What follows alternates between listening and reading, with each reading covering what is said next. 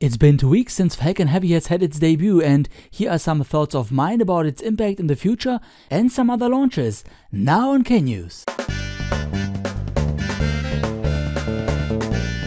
Hi, Lucas here. Welcome to K-News for weeks 6 and 7, 2018, and as always a big shout out to you my K-News boosters on Patreon who support this little show financially.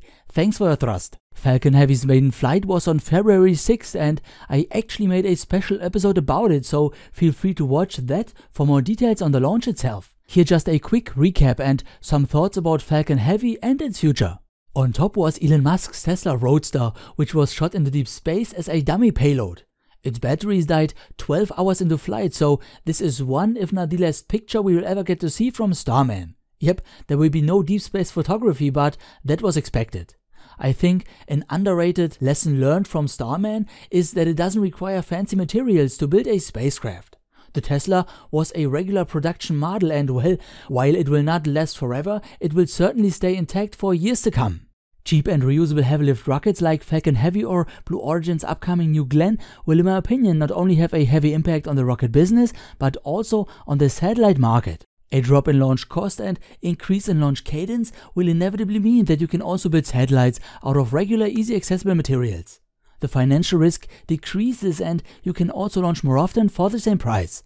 So instead of using rare and expensive xenon gas that costs in the order of $500 per kilogram, one could use cheaper and less efficient propellants to drive Hall effect thrusters. Maybe even entirely different approaches like cold gas thrusters for station keeping. I think a drop in launch cost will lead to spaceflight that no longer relies on expensive bleeding edge technology, opening up space for everyone. So in case you want to start up a satellite company, why not some kind of Scrapsat Inc? Another good example for the challenging environment ahead is SpaceX itself. They not only build rockets but now also start developing their own satellite platform called Starlink, and I bet it will turn out cheaper than anything else. Not only because of the materials and such, but also because of their economy of scale approach. They will simply build a lot of them, and that means fixed costs for expensive machinery can be split up onto many more products, making each more affordable.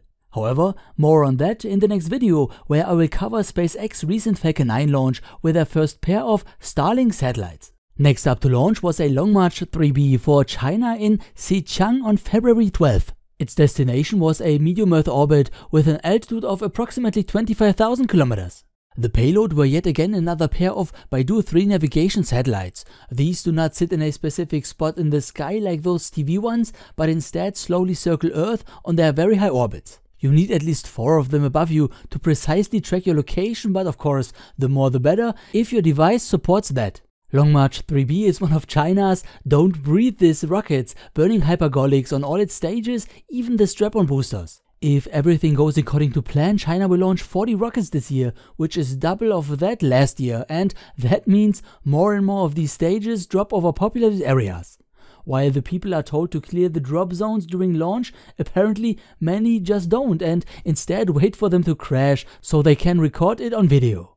What end up as viral videos is actually very dangerous considering the toxic propellants. I really hope that China will not only completely ditch those hypergolics, but also develop some kind of recovery system for the rockets to get them to ground safely. Not necessarily to land them, but to at least steer them into dedicated crash sites. I know you can do it. And the last rocket is a Soyuz, which launched on February 13th from Baikonur in Kazakhstan. Its destination was the ISS, so it launched into its 51.6 degrees inclined orbit.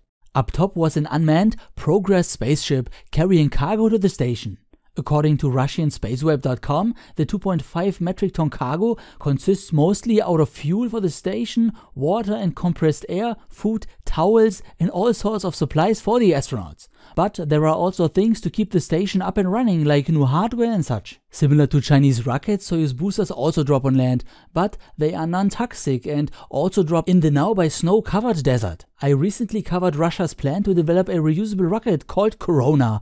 I now gave it a little more thought, and what looks like a weirdly shaped rocket could actually be the reusable upper stage of a much larger one, similar to SpaceX BFR. This is of course only my speculation, but it would be pretty similar to SpaceX's approach to first develop the complex upper stage before building the relatively simple booster. I honestly can't wait for all these new rockets to appear, and I hope you will stick around with me as more and more details reach the surface. After Progress was released, it catched up with the station on a lower orbit within 2 days, and as it came closer and closer, it raised its orbit twice until it was right next to the station. It then docked to the ISS on the front-facing docking port, which was usually occupied by Europe's ATV or Autonomous Transfer Vehicle. The unmanned freighter was huge and could also bring almost 8 metric tons to the ISS, but it was also very expensive. Each launch cost round about $600 million. For comparison, a SpaceX Dragon launch now costs $130 million, delivering almost half the payload, and Orbital ATK Cygnus can bring a similar payload to the ISS for round about $240 million, which is more than Dragon but still cheaper than ATV. I assume future Dragon 2 capsules will also get progressively cheaper, or will at least be able to launch more often, so I'm not sure where this will leave Cygnus. But what's your opinion on that? Am I missing something, or do you also think it will be very difficult for Orbital ATK's cargo ship?